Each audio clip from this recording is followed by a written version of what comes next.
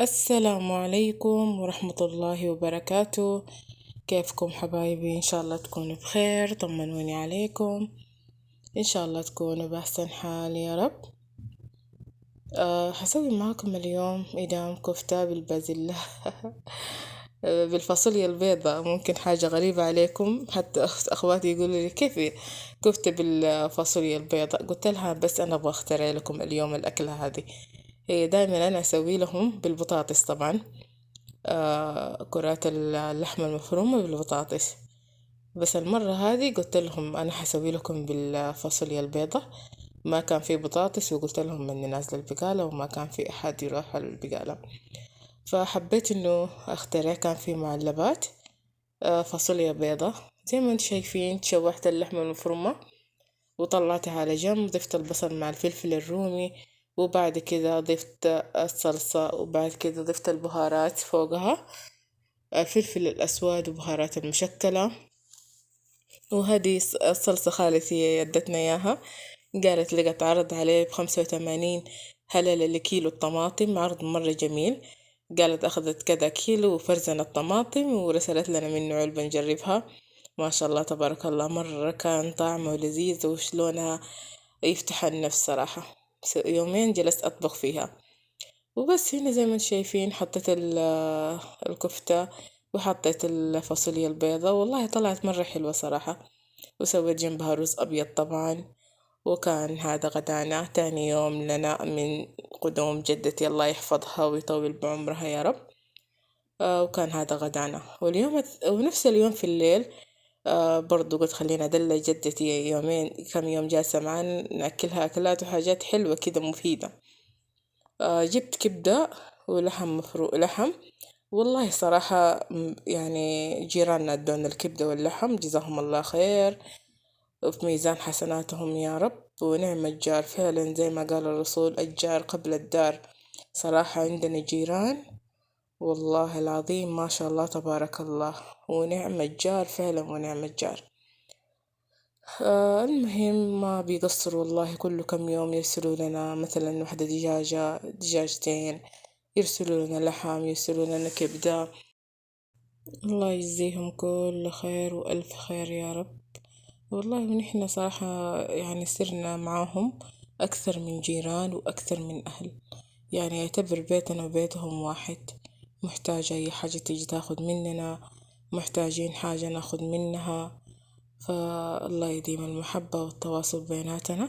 وشوفوا الكبدة يا بنات، سويتها بالبطاطس. طبعا هم مستغربين كيف الكبدة بالبطاطس.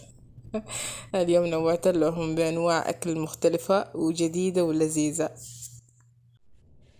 يا مساء الخير عليكم.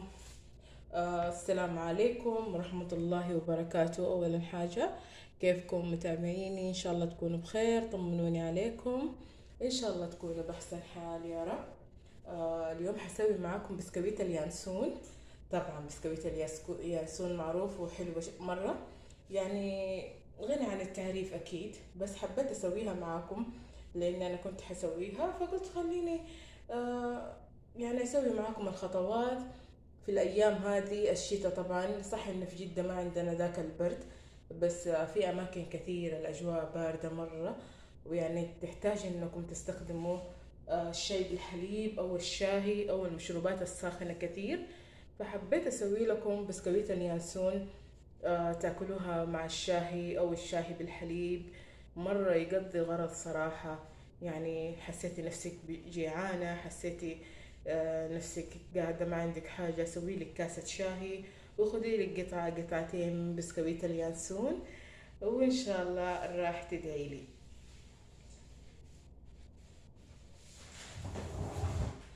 طبعا هنا يا بنات، أول حاجة نبدأ الخطوات واحدة واحدة مع بعض. بسم الله. خلينا نرجع الجوال شوية على ورا. تمام.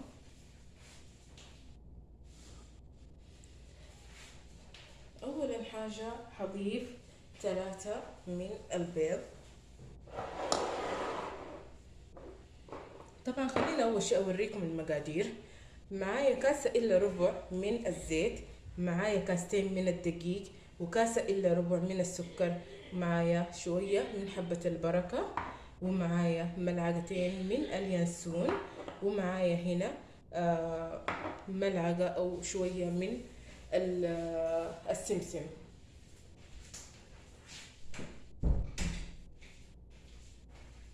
طبعا أنا ولعت الفرن، والفرن جاهز معايا وسخن.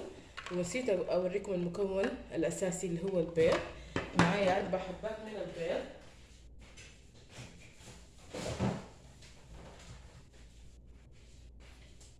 وهنا عندي فانيليا وبيكنج باودر. هذه هي مكوناتنا كلها مع بعض. ورح نبدأ بالطريقة الأساسية. الأول الحاجة نبدأ بالبيض. تمام، 1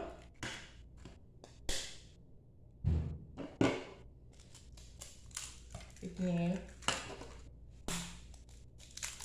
3 بيضات، وحضيف 4 بيضات.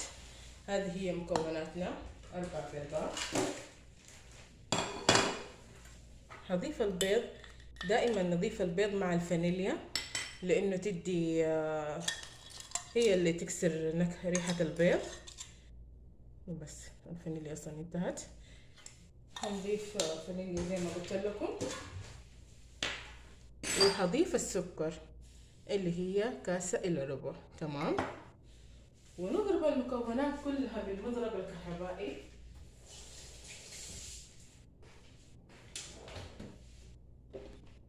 معانا هنا الهاندي باد.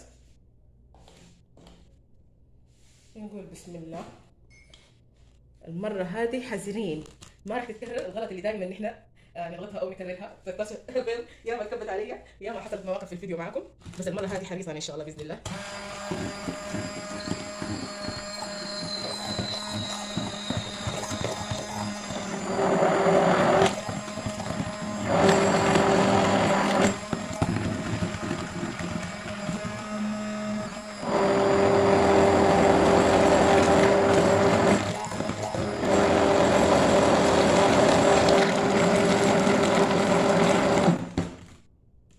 طبعا يا بنات كده انا انتهيت تقريبا من خلط البيض مع السكر، لانه حابين انه السكر تذوب معانا. وبعد كده معايا هنا كاسة الا ربع من الزيت.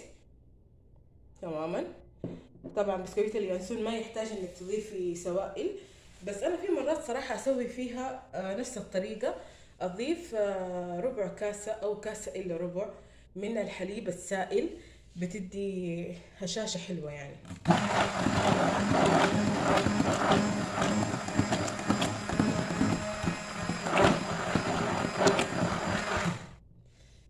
هنا كده لحد كده انتهينا من خلط كده انتهينا من الخلاط. راح اشيلها، وبعد كده راح اضيف المكونات الجافة. طبعا المكون الاساسي يا بنات اللي هي اليانسون. طبعا في ناس بتخليها ناعمة، بس انا افضل اني اخليها كده حب، احس انها احلى. هضيف 1.5 ملعقة من اليانسون، او لو حابة انك تضيفي 2 حسب الرغبة. وحضيف شوية من حبة البركة، لانه الباقي حابة اني اخليها في الوش كزينة، وشوية من السمسم. وبرضو افضل اني اخلي الباقي زينة في الوجه.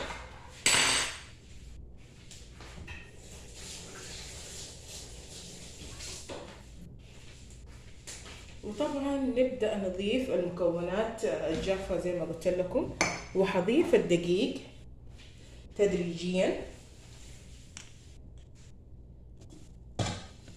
هنا معايا كاسة من الدقيق.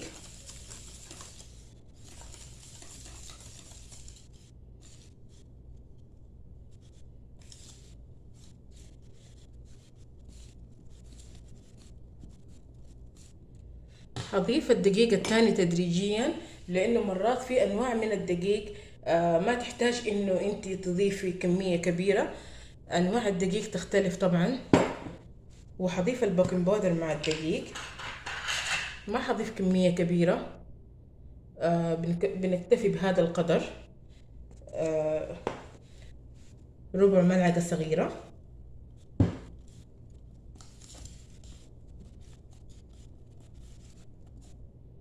شايفين؟ احس القوام سائلة شوية، هضيف برضو شوية.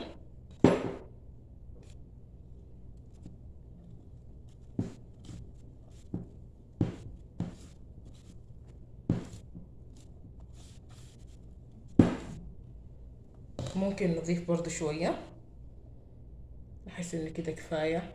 يعني من الكاستين فضلت مني تقريبا ربع كاسة من الدقيق.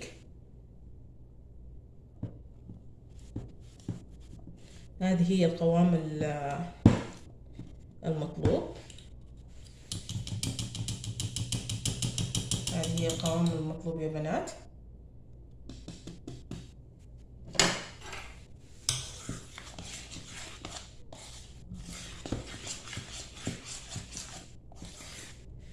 هجيب صينية الفرن الحجم اللي انت حابين تسويها، اذا كنت حاباها انها رفيعة او ان حاباها تكون شوية سميكة. طبعا بالطريقة هذه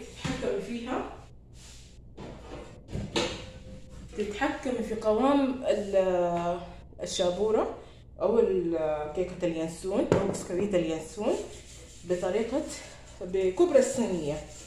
الصينية لو كانت كبيرة بتكون طبعا حجمها رفيع، ما هي عريضة مرة، وإذا كانت صغيرة هتكون قوامها ثقيلة.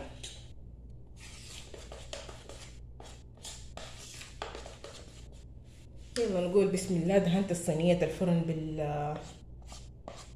وهنا حنزل كيكة اليانسون أو بسكويت اليانسون.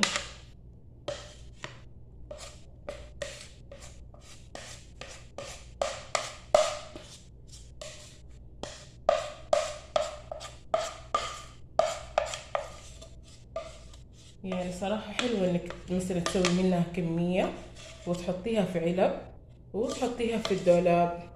الأطفال برضو لما يكون جيعانين كده ممكن مع كاسة شاي بالحليب يستخدموها.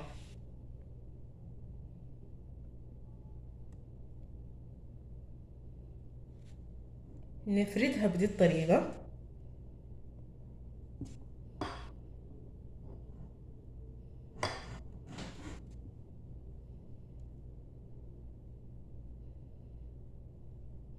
نحاول ان نخليها متساوية تماما عشان لا تطلع واحدة طالعة واحدة نازلة. وكده نحن انتهينا.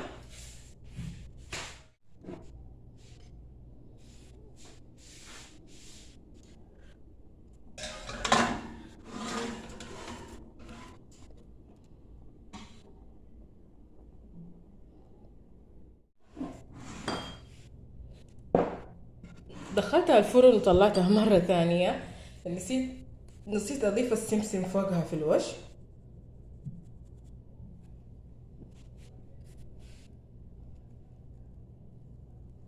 طبعا السمسم هذه ما هي محمرة، بس راح تتحمر طبعا مع تحميرة الوجه. لما نجي نحمر الوجه راح تتحمر معها.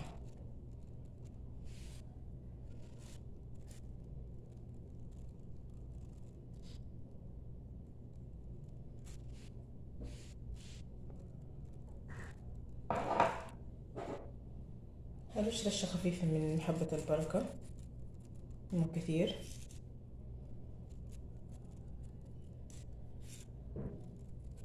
يلا بكده نرجعها الفرن. شايفين يا بنات كيف طلعت بسكويت اليانسون؟ راح اخليها تبرد شوية وبعد كده راح اقطعها واوريكم طريقة التقطيع. طبعا هنا كنت مترددة اقطعها من النص او اقطعها على 3 اقسام. اترددت كذا مرة، اقول اقطعها من النص، لا اقطعها على 3، لا اقطعها من النص، لا. وفي النهاية قلت خلينا اقطعها على 3 افضل. وبس قطعتها على 3، وبعد كده تقومي تقطعيها بالطول قطع صغيرة او الحجم اللي انتي حابة تسويها. في ناس تسويها دوائر، بس ماني عارفة يا بنات ايش المشكلة. في النص طلعت هابطة شوية، ماني عارفة ليه، مع انه دايما اسوي نفس المقادير واي حاجة. ماني عارفة من الفرن او البيكنج باودر ما تهبطت زي الناس، ماني عارفة، بس هذه هي خليط اليانسون بسكويت لابد من الصدمات هذه. الجوال لو ما طاح علي أنا ما أسمع لها. المهم قطعتها بالطريقة هذه زي ما انتم شايفين، وبعد كده أقلبها على جنبها وأدخلها الفرن مرة ثانية. طبعا عشان تتحمر وتنشف زيادة، وتكون مقرمشة، وغير كده عشان تاخد اللون البني في الأطراف برضو، لأنه من جوا حتكون بيضة. وحاجة أساسية إنها تتحمر مرة ثانية بسكويت اليانسون أو الشابورة. زي ما انتوا شايفين يا بنات، راح أرصها بدي الطريقة. أكيد فهمتوا علي. أرصها بدي الطريقة وأولع الفرن من فوق وتحت، أو إنك تولع الفرن من فوق بعد ما تتحمر الوش اللي فوق، تقلبيهم مرة ثانية وتخليها تتحمر مرة ثانية من فوق. المهم إنه الأربع جهات كلها لازم تكون متحمرة. وبس يا بنات، راح أرصهم كلهم بهذه الطريقة. اتذكرت موقف حصلت لي في مصر، يا الله. كنت مرة طالعة في سيارة رايحة مشوار، رايحة بيت عمتي، وتخيلوا إن صاحب السيارة هذا قرب يخطفني. أخذ بيا بطريق ثاني، وأنا كمان شفت السيارات البوكس هذه عاملين فيها شنط من ورا ويركبوا الناس فيها. صراحة أنا ما أحب أركب ورا هناك، فأغلب الأوقات كنت إيش أسوي؟ أركب قدام. وأنا لما طلعت قدام كان ما في أحد ورا، ولاحظت إنه كل ما أحد يأشر ما يوقف. قلت إيش هو ده؟ أول شي كنت مني مركزة، ما كنت مركزة في الجوال. شوية إلا ألقاه أخذ خط ثاني، فأنا استغربت قلت له أنت فين رايح؟ إلا شوية ألقاه، وتخيلوا حط يده على ملابسي ويبغى يقطع لي العباية ويقطع لي الملابس. حسبي الله ونعم الوكيل. المشكلة إنه هو كان مرة سمين، يعني ما يقدر إنه مثلا يجي علي أو حاجة كذا، أو حاط حاجة في باله. حسبي الله ونعم الوكيل فيه.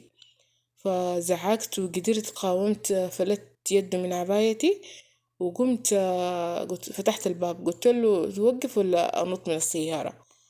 على طول قام وقف من السيارة، وأنا نزلت. بعد ما نزلت برضو كان مكان شوية يعني ما فيها ناس، فضل رايح وجاي، وأنا نفسي كان أرميه بالحجار أكسر له سيارته كلها. بس صراحة خفت إنه ينزل من السيارة يجري ورايا، مع إنه هو سمين أحس إنه ما حيقدر يجري ورايا زي ما، بس برضو أنا برضو حرمة ما حقدر أجري بهذه الطريقة. وبس يا بنات، حبيت أنبهكم بالمعلومات هذه، وأشوفكم في الفيديو القادم حبايبي.